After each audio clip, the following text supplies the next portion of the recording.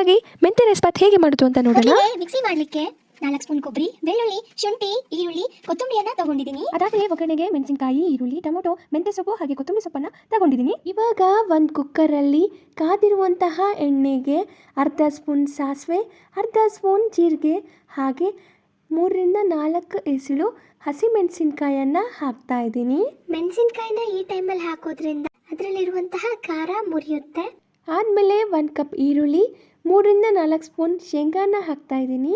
ಈರುಳ್ಳಿ ನೀಟಾಗಿ ಎಣ್ಣೆಯಲ್ಲಿ ಟ್ರಾನ್ಸ್ಪರೆಂಟ್ ಆಗಬೇಕು, ಅಲ್ಲಿವರೆಗೂ ಕೂಡ ನಾನು ಈರುಳ್ಳಿಯನ್ನು ಎಣ್ಣೆಯಲ್ಲಿ ಬಾಡಿಸ್ಕೊತಾ ಇದ್ದೀನಿ. ನಾನು ಬಟಾಣಿಯನ್ನು ನೆನೆಸಿಟ್ಕೊಂಡಿರಲಿಲ್ಲ, ಅದಕ್ಕೋಸ್ಕರ ಶೇಂಗಾನ ತೊಗೊಂಡಿದ್ದೀನಿ. ನೀವು ಬೇಕಾದರೆ ಬಟಾಣಿಯನ್ನು ಹಾಕ್ಬೋದು. ಈರುಳ್ಳಿ ಎಲ್ಲ ನೀಟಾಗಿ ಟ್ರಾನ್ಸ್ಪರೆಂಟ್ ಆದಮೇಲೆ ಮೆಂತ್ಯ ಸೊಪ್ಪು, ಕೊತ್ತಂಬರಿ ಸೊಪ್ಪನ್ನು ಹಾಕಿಬಿಟ್ಟು ನೀಟಾಗಿ ಎಣ್ಣೆಯಲ್ಲಿ ಬಾಡಿಸ್ಕೊತಾ ಇದ್ದೀನಿ. ನೀವು ಮೆಂತ್ಯ ಸೊಪ್ಪು ಮತ್ತು ಕೊತ್ತಂಬರಿ ಸೊಪ್ಪನ್ನು ಎಷ್ಟು ಚೆನ್ನಾಗಿ ಹುರ್ಕೋತಿರೋ ಅಷ್ಟು ಚೆನ್ನಾಗಾಗುತ್ತೆ ಒಗ್ಗರಣೆ. ಮೆಂತ್ಯ ಮತ್ತು ಕೊತ್ತಂಬರಿ ನೀಟಾಗಿ ಫ್ರೈ ಆದಮೇಲೆ 1 ಕಪ್ ಟೊಮೊಟೊವನ್ನು ಹಾಕ್ತಿದ್ದೀನಿ. ಟೊಮೊಟೊ ಹಾಕಿಬಿಟ್ಟು ಸಾಫ್ಟ್ ಆಗೋವರೆಗೂ ಕೂಡ ಒಗ್ಗರಣೆಯಲ್ಲೇ ಬೇಯಿಸ್ಕೊತಿದ್ದೀನಿ. ಇನ್ನು ಒಂದು ಕಡೆ ಮಿಕ್ಸಿ ಜಾರಲ್ಲಿ ಬೆಳ್ಳುಳ್ಳಿ, ಶುಂಠಿ, ಈರುಳ್ಳಿ, ಕೊತ್ತಂಬರಿ, ಕಾಯಿಯನ್ನು ಹಾಕಿಬಿಟ್ಟು ಸ್ವಲ್ಪ ನೀರನ್ನು ಹಾಕಿಬಿಟ್ಟು ರುಬ್ಕೊತಿದ್ದೀನಿ. ಈಗ ರುಬ್ಬಿರುವಂತಹ ಮಸಾಲೆಯನ್ನು, ಸಾಫ್ಟ್ ಆಗಿರುವಂತಹ ಟೊಮೊಟೊಗೆ ಆ ಮಸಾಲೆಯನ್ನು ಹಾಕಬೇಕು. ಮಸಾಲೆ ಹಾಕಿಬಿಟ್ಟು ಆ ಮಸಾಲೆ ನೀಟಾಗಿ ಎಣ್ಣೆ ಬಿಡಬೇಕು, ಅಲ್ಲಿವರೆಗೂ ಕೂಡ ನಾನು ಆ ಒಗ್ಗರಣೆಯಲ್ಲಿನೇ ಫ್ರೈ ಮಾಡ್ಕೊತಿದ್ದೀನಿ. ಅದಾದಮೇಲೆ ರುಚಿಗೆ ತಕ್ಕಷ್ಟು ಉಪ್ಪು, ಖಾರದ ಪುಡಿ 1 ಸ್ಪೂನನ್ನು ಹಾಕಿಬಿಟ್ಟು ನೀಟಾಗಿ ಫ್ರೈ ಮಾಡ್ಕೊತಿದ್ದೀನಿ. ಒಗ್ಗರಣೆ ಎಲ್ಲ ನೀಟಾಗಿ ಫ್ರೈ ಆದಮೇಲೆ ನಾನು 3 ಗ್ಲಾಸಷ್ಟು ನೀರನ್ನು ಈ ಒಗ್ಗರಣೆಗೆ ಹಾಕ್ತಾ ಇದ್ದೀನಿ. ನಾನು ಅರ್ಧ ಗ್ಲಾಸಷ್ಟು ಅಕ್ಕಿಗೆ 3 ಗ್ಲಾಸಷ್ಟು ನೀರನ್ನು ತಗೊಂಡಿದ್ದೀನಿ. ನೀರು ಕುದಿಯುವಾಗ ತೊಳೆದಿಟ್ಟಿರುವಂತಹ ಅರ್ಧ ಗ್ಲಾಸಷ್ಟು ಅಕ್ಕಿಯನ್ನು ಇದಕ್ಕೆ ಹಾಕ್ತಾ ಇದ್ದೀನಿ. ನೀವು ನೋಡ್ತಿರ್ಬೋದು, ನೀರು ಚೆನ್ನಾಗಿ ಕುದೀತಿದೆ. ಆ ಟೈಮಲ್ಲಿ ನಾನು ತೊಳೆದಿಟ್ಟಿರುವಂತಹ ಅಕ್ಕಿಯನ್ನು ಹಾಕ್ತಾ ಇದ್ದೀನಿ. ಈ ರೈಸ್ ಬಾತ್ ಮಾಡಲಿಕ್ಕೆ ಜಾಸ್ತಿ ಟೈಮ್ ಏನು ಬೇಕಾಗೋದಿಲ್ಲ, ಕೇವಲ 15-20 ನಿಮಿಷ ಅಷ್ಟೇ ಬೇಕಾಗ್ಬೋದು. ನೀವು ಕೂಡ ಮನೆಯಲ್ಲಿ ಒಂದು ಸರ್ತಿ ಟ್ರೈ ಮಾಡಿ ನೋಡಿ. ಇದು 1 ಪಾಟ್ ರೆಸಿಪಿ ಆಗಿರೋದ್ರಿಂದ ಈಸಿ ಟು ಕುಕ್ ಅಂತಲೇ ಹೇಳ್ಬೋದು.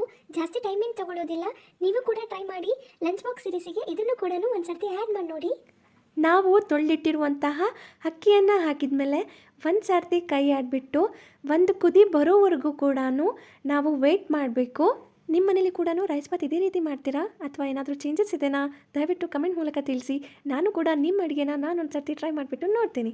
ಅದು ಒಂದು ಕುದಿ ಬರ್ತಿದ್ದಾಗೆ ಒಂದು ಸರ್ತಿ ಸ್ಟರ್ ಮಾಡಿಬಿಟ್ಟು ಕುಕ್ಕರ್ ಲಿಟ್ಟನ್ನು ಕ್ಲೋಸ್ ಮಾಡಿಬಿಟ್ಟು 1 ವಿಷಲ್ ಆಗೋವರೆಗೂ ಕೂಡ ವೆಯ್ಟ್ ಮಾಡಿ. 1 ವಿಷಲ್ ಆದಮೇಲೆ ಕುಕ್ಕರ್ ಹಾರ್ಲಿಕ್ಕೆ ಬಿಡಿ.